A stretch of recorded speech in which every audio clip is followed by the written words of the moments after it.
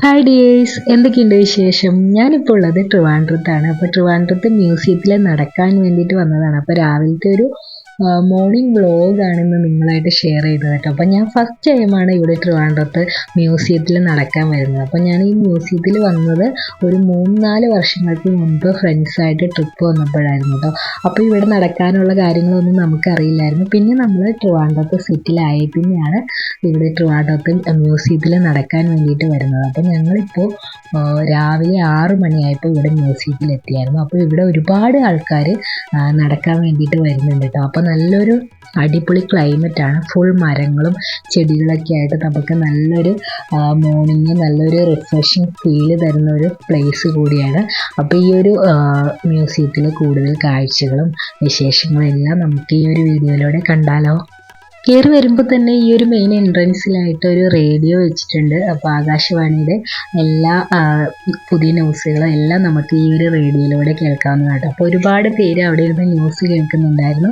അപ്പോൾ ഞങ്ങൾ വന്നപ്പോൾ അവിടെ ഒളിമ്പിക്സിൻ്റെ ന്യൂസ് ആയിരുന്നു കേട്ടോ വെച്ചിരുന്നത്. അപ്പോൾ ആ ഒരു വോയിസും കൂടി എനിക്ക് ആഡ് ചെയ്യുന്നുണ്ടായിരുന്നു. പക്ഷേ ആ വോയിസ് ആഡ് ചെയ്ത കോപ്പിറൈറ്റ് കിട്ടുമെന്ന് വിചാരിച്ചിട്ടാണ് ആഡ് ചെയ്യാതിരുന്നത്. കാരണം രാവിലെ ആ ഒരു മ്യൂസിയത്തിൽ വന്നിട്ട് ആകാശവാണിയൊക്കെ ഇപ്പോഴും കേൾക്കുന്ന ഒരുപാട് ആൾക്കാരുണ്ട്. അപ്പോൾ അതൊക്കെ കേട്ടപ്പോൾ നമ്മുടെ കുട്ടിക്കാലത്തിലേക്കൊക്കെ തിരിച്ചു പോയിട്ടോ. നമ്മുടെ ഫോൺ ഇൻ്റർനെറ്റൊക്കെ അധികം യൂസ് ഇല്ലാതെ ഇരുന്ന കാലഘട്ടത്തിൽ നമ്മൾ ഈ ആകാശവാണിയൊക്കെ കൂടുതൽ കേൾക്കാറുണ്ടായിരുന്നല്ലോ. അപ്പോൾ ഇപ്പോഴും അതുപോലെ ആകാശവാണിയൊക്കെ മാത്രം കേൾക്കുന്ന ഒരുപാട് ആൾക്കാരുണ്ട്. അപ്പോൾ അവരൊക്കെ ഇവിടെ നടത്തത്തിനും അതുപോലെ ഈ ന്യൂസൊക്കെ കേൾക്കാൻ വേണ്ടിയിട്ടാണ് ഇങ്ങോട്ട് വരുന്നതുണ്ടോ. അപ്പോൾ നല്ലൊരു എനിക്കൊരു പുതിയ അനുഭവം തന്നെയായിരുന്നു. കാരണം ഈ ഒരു മ്യൂസിയം വളരെ പ്രസിദ്ധമായിട്ടുള്ളൊരു മ്യൂസിയമാണ്, ഒരുപാട് ചരിത്രങ്ങളുള്ള ഒരു മ്യൂസിയമാണ്. പക്ഷേ ഇവിടെ മോർണിംഗ് വാക്കിന് ഇതുപോലെ വരുന്നവരും അവരുടെ വിശേഷങ്ങളൊന്നും നമുക്കറിയില്ലായിരുന്നു. അത് നമ്മൾ ഫസ്റ്റ് ടൈമാണ് എക്സ്പീരിയൻസ് ചെയ്യുന്നത്. അപ്പോൾ എനിക്കിത് വളരെ ഒരു പുതിയ അനുഭവമായിരുന്നു. അങ്ങനെ നമ്മൾ ഇവിടുത്തെ ന്യൂസൊക്കെ കേട്ട് ആകാശവാണിയിലെ വിശേഷങ്ങളൊക്കെ അറിഞ്ഞിട്ട് നമ്മളിങ്ങനെ നടത്താൻ ആരംഭിച്ചു കേട്ടോ. അപ്പോൾ നമ്മൾ ഒരു റൗണ്ട് നടന്നപ്പോൾ തന്നെ നമ്മൾ നന്നായിട്ട് ടയേർഡായി. കാരണം നമ്മൾ ഇതുപോലെയൊക്കെ നടത്തമൊക്കെ ഭയങ്കര കുറവായിരുന്നു. ഇപ്പോഴത്തെ ആ ഒരു ഫുഡടി എല്ലാമായിട്ട് ഇപ്പോൾ നടക്കാൻ ഭയങ്കര മടിയായിരുന്നു. പക്ഷേ ഇവിടെ വന്ന് ഒരു റൗണ്ട് നടന്നപ്പോൾ തന്നെ നമ്മൾ അത്യാവശ്യം നന്നായിട്ട് ടയേർഡായിട്ടോ.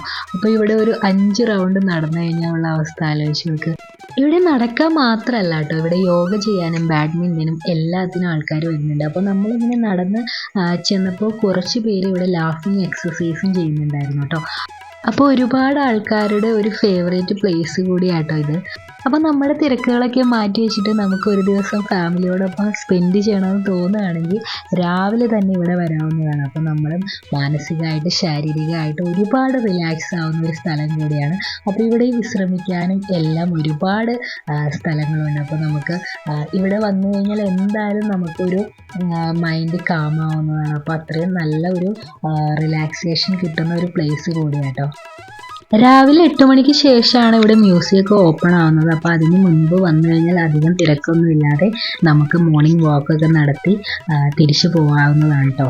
അപ്പോൾ നല്ലൊരു അടിപൊളി പ്ലേസ് കൂടിയാണ്. അപ്പോൾ ഞങ്ങളിങ്ങനെ നടന്ന് ടയേർഡായിട്ട് ഇവിടെ വന്ന് കുറച്ച് നേരം ഇരുന്നു.